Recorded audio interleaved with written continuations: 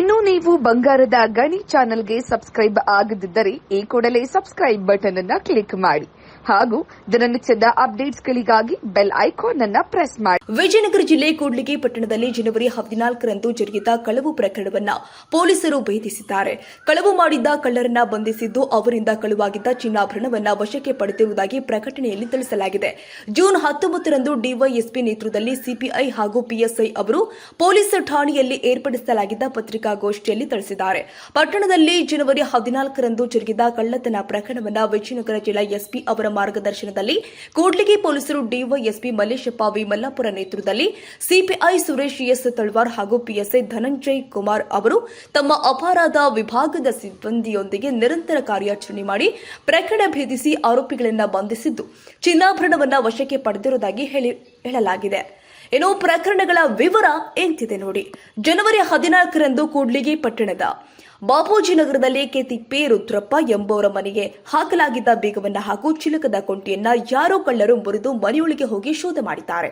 ಗೌಡ್ರೇಜ್ ಮತ್ತು ಗೋಡೆ ಅಲ್ಮಾರದ ಬಾಗಿಲುಗಳನ್ನು ತೆಗೆದು ಅದರಲ್ಲಿ ಇದ್ದಂತಹ 52 ಗ್ರಾಂ ಬಂಗಾರದ ಆಭರಣಗಳು ಬೆಲೆ 2,34,000 ಮತ್ತು 1 ಲಕ್ಷ ರೂಪಾಯಿ ನಗದು ಹಣವನ್ನು ಒಟ್ಟು 3,34,000 ಬೆಲೆ ಬಾಳುವ ಯಾರೋ ಕಳ್ಳರು ಮಾಡಿಕೊಂಡು ಪರಾರಿಯಾಗಿರುತ್ತಾರೆ. ನೀಡಿದ ದೂರಿನ ಮೇರೆಗೆ ಕೂಡ್ಲಿಗಿ ಪೊಲೀಸ್ ಠಾಣೆಯಲ್ಲಿ ಪ್ರಕರಣ ದಾಖಲಾಗಿರುತ್ತೆ. ಅದೇ ರೀತಿಯಾಗಿ ಅಂದಿನ ದಿನದಂದೇ ಬಾಪೂಜಿ ನಗರದ ಡಿ ಹನುಮಂತಪ್ಪ ಎಂಬುವರ ಮನೆಗೆ ಬೀಗ ಹಾಕಿದ್ದನ್ನ ಮತ್ತು ಚಿಲಕ ಕೊಂಟಿಯನ್ನ ಯಾರೋ ಕಳ್ಳರು ಮುರಿದು ಮನೆಯೊಳಗೆ ಹೊಕ್ಕು ಗಾಡ್ರೇಜ್ ತೆಗೆದು ಅದರಲ್ಲಿ ಇದ್ದಂತಹ 86 ಗ್ರಾಂ ಬಂಗಾರದ ಆಭರಣಗಳು, ಅದರ ಬೆಲೆ 3,44,000 ಹಾಗೂ 50,000 ನಗದು ಹಣ ಒಟ್ಟು 3,94,000 ಬೆಲೆ ಬಾಳುವ ಒಡವೆಗಳನ್ನು ಮತ್ತು ಕಳವು ಮಾಡಿಕೊಂಡು ಪರಾರಿಯಾಗಿರುತ್ತಾರೆ ಎಂದು ಹೇಳಲಾಗಿದೆ. ಇನ್ನು ದೂರುದಾರರು ನೀಡಿರುವ ಹೇಳಿಕೆಯನ್ನು ಆಧರಿಸಿ ಕೂಡ್ಲಿಗಿ ಠಾಣೆಯಲ್ಲಿ ಪ್ರಕರಣ ದಾಖಲಾಗಿದೆ.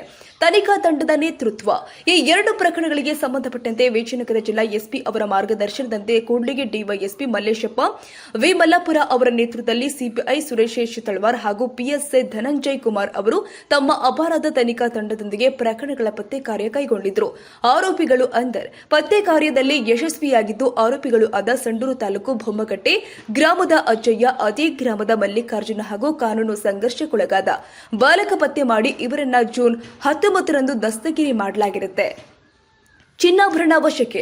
ಇನ್ನು ಆರೋಪಿತರಿಂದ 20 ಗ್ರಾಂ ತೂಕದ ಬಂಗಾರದ ಚೈನ್ ಸರ, 20 ಗ್ರಾಂ ತೂಕದ 2 ಎಳೆಯ ಬಂಗಾರದ ಸರ, 2 ಗ್ರಾಂ ತೂಕದ ಬಂಗಾರದ ಉಂಗುರ, 10 ಗ್ರಾಂ ತೂಕದ ಬಂಗಾರದ ಬೆಂಡೋಲೆ, 13 ಗ್ರಾಂ ತೂಕದ 2 ಜೊತೆ ಬಂಗಾರದ ಹ್ಯಾಂಗಿಸ್, 13 ಗ್ರಾಂ ತೂಕದ 3 ಬಂಗಾರದ ಸಣ್ಣ ಉಂಗುರಗಳು, ಎಲ್ಲ ಒಟ್ಟು 2,34,000 ರೂಪಾಯಿ ಬೆಲೆ ಬಾಳುವ ಒಟ್ಟು 78 ಗ್ರಾಂ ಬಂಗಾರದ ಆಭರಣವನ್ನ ಮತ್ತು ಬೈಕ್ ಅನ್ನ ಜಪ್ತಿ ಮಾಡಲಾಗಿದೆ ಅಂತ ಪ್ರಕಟಣೆಯಲ್ಲಿ ತಿಳಿಸಲಾಗಿದೆ.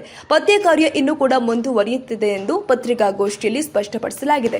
ಇನ್ನು ತನಿಖಾ ತಂಡ ಪತ್ತೆ ಕಾರ್ಯ ತಂಡದಲ್ಲಿ ಕಾನೂನು ಸುವ್ಯವಸ್ಥೆ ವಿಭಾಗದ ಸಿ ಪ್ರಕಾಶ್ ಅವರ ಲೀಡರ್ಶಿಪ್ನಲ್ಲಿ ಗುಡೇಕೋಟೆ ಠಾಣೆಯ ಸಿಬ್ಬಂದಿಯಾದ ಆಂಜಿನಪ್ಪ, ಚಂದ್ರಶೇಖರ ಗೌಡ, ತಿಪ್ಪೇಸ್ವಾಮಿ, ಬಂಡೆ ರಾಘವೇಂದ್ರ, ಮಂಜುನಾಥ್, ಶಿವಕುಮಾರ್ ಭಾಗಿಯಾಗಿ ಪ್ರಕರಣ ಭೇದಿಸಿದ್ದಾರೆಂದು ಪತ್ರಿಕಾಗೋಷ್ಠಿಯಲ್ಲಿ ತಿಳಿಸಲಾಗಿದೆ.